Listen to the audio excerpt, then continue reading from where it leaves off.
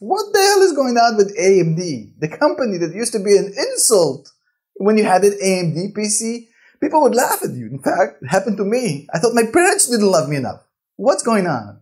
So, first of all, what you're seeing on the screen right now, this is the Excel spreadsheet I have that's available for every single Patreon and channel member to look at my performance. And you have some good companies, some bad companies, things I screwed up, things I got right. And one of the things I actually got right so far is AMD. So AMD is number 38 right here. And as you can see, on March 4th, we posted the video. The share price was $80. My target price was $117.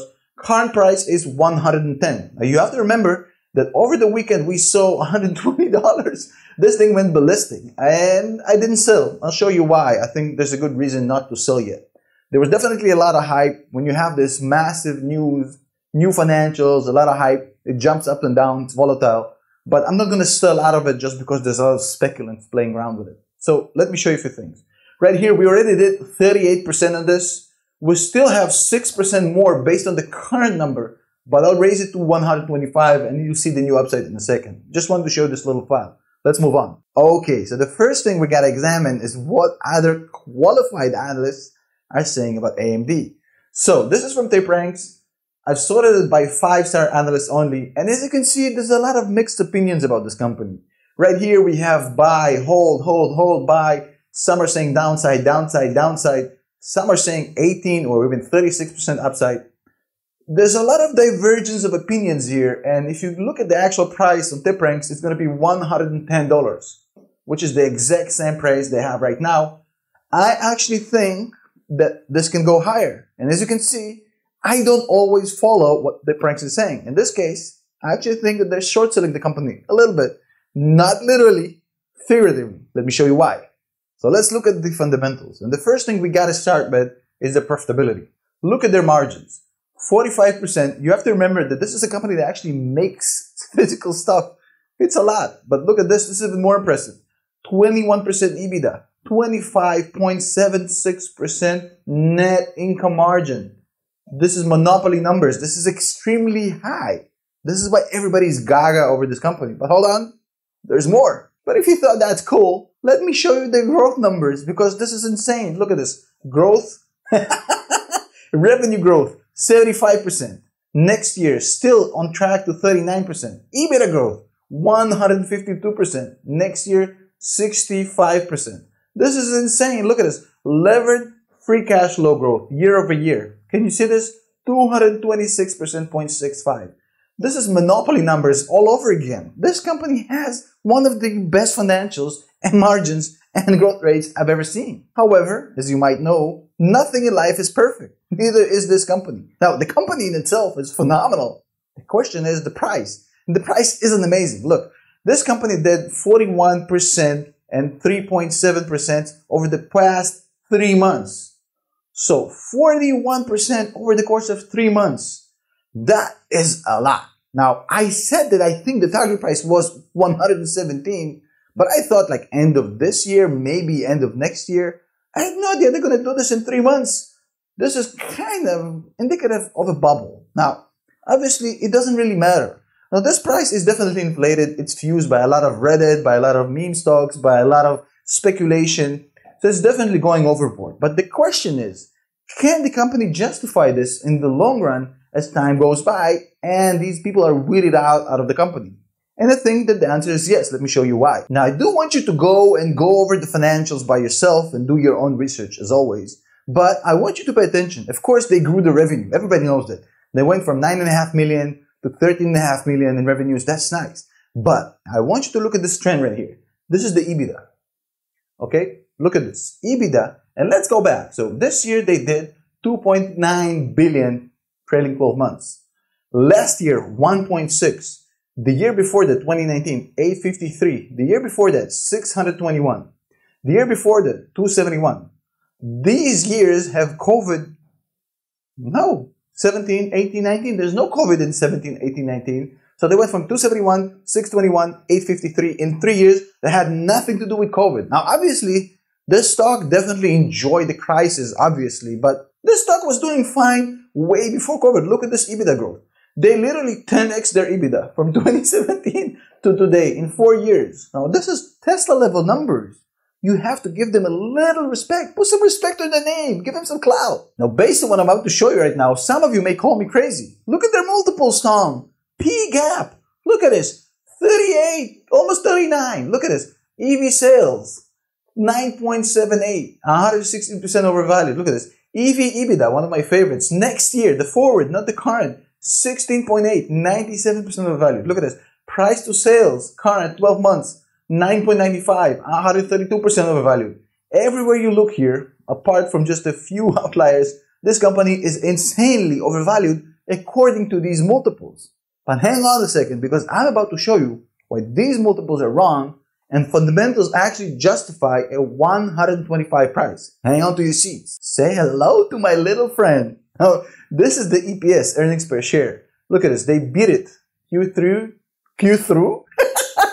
2020. They beat it. Q4 2020. They beat it. Q1 2021. They beat it. Q2 2021. 4 quarters in a row. They're beating expectations. And trust me, expectations for AMD are sky high. This is Tesla level expectations. And still, quarter, they're beating the estimates. So to say that this company has no chance to hit these multiples is kind of betting against Elon. I mean, I don't want to bet against Elon. I don't want to bet against AMD. But hold on, I'll show you the DCF. Hang on, this isn't it.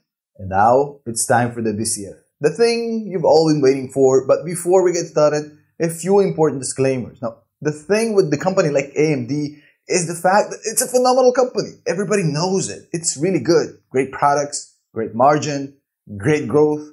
Everything is phenomenal. Question is not whether how good the company is, but rather how good the price is. And this is why we're going to run the DCF and see if we can justify any price higher than $117, which is my previous target price. Let's get started.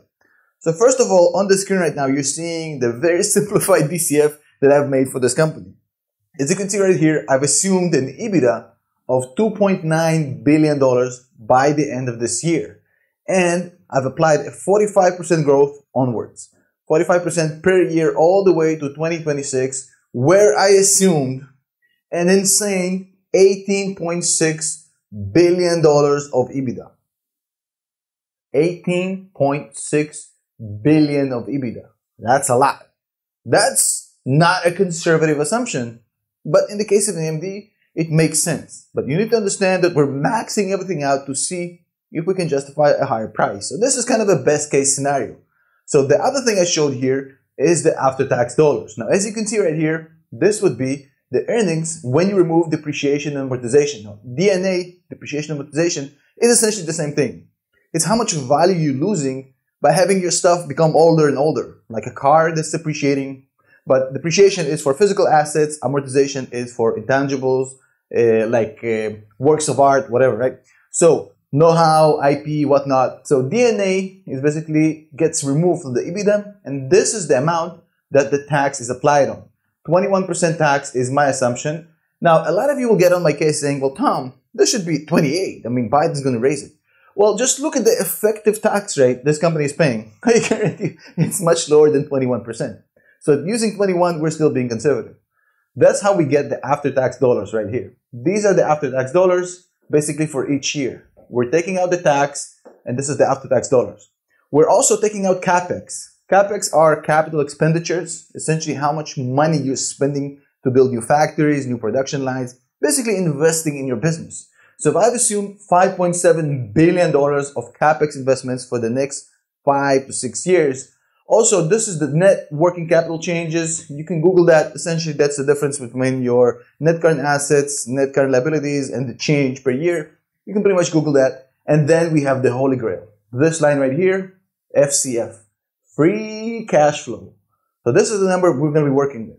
We have a 10% discount rate right here. Now, I did a video, and it's on our Patreon, explaining how to do this all yourself, and essentially how to calculate your own 10% or 12% or 8%. So there's a whole video on Patreon and for channel members explaining how to calculate the discount rate. But in this video, you just have to trust me, it's 10%. 10% discount rate per year, and this is what we have as the present value sum.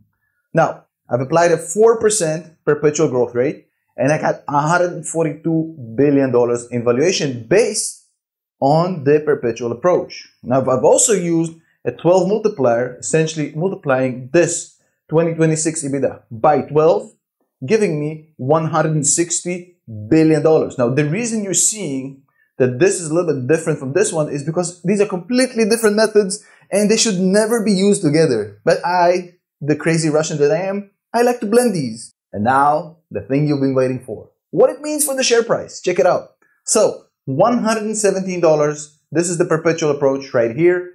$132, this is the Ebitda approach right here. The average is $125. Hold on a second. $125. Now, current share price is $110, giving us 12.7% undervaluation. So, that means that for me, the target price is $125 for this company. What the hell am I doing with my backboard?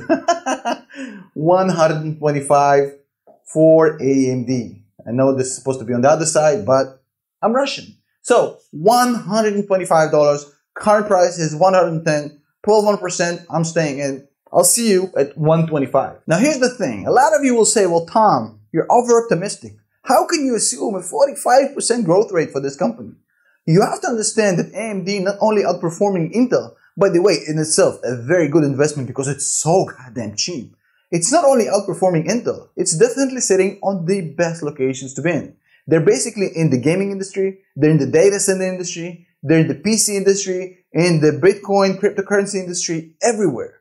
I mean, this is a company that's sitting on the best industries to be in right now. In fact, I think that 45% might be a little low for them. I think they might overperform, but again, I don't have to make that decision until the stock crosses $125, which it will. I have no doubt about it. Now, as always, I hope you enjoyed this video. If you did, make sure you share it with somebody that needs to know this. Otherwise, just go and have fun. It's been a pleasure. A shout out to the channel members and the patrons. I hope we had better audio this time than before. You guys are amazing. If you want to sign up, $5 per month. The link is going to be below. You'll be supporting the channel. I mean, we have to buy these little toys like the screen right here so I can actually make a better video for you. I'm just kidding. It's all Gucci. I'll see you in the next video tomorrow.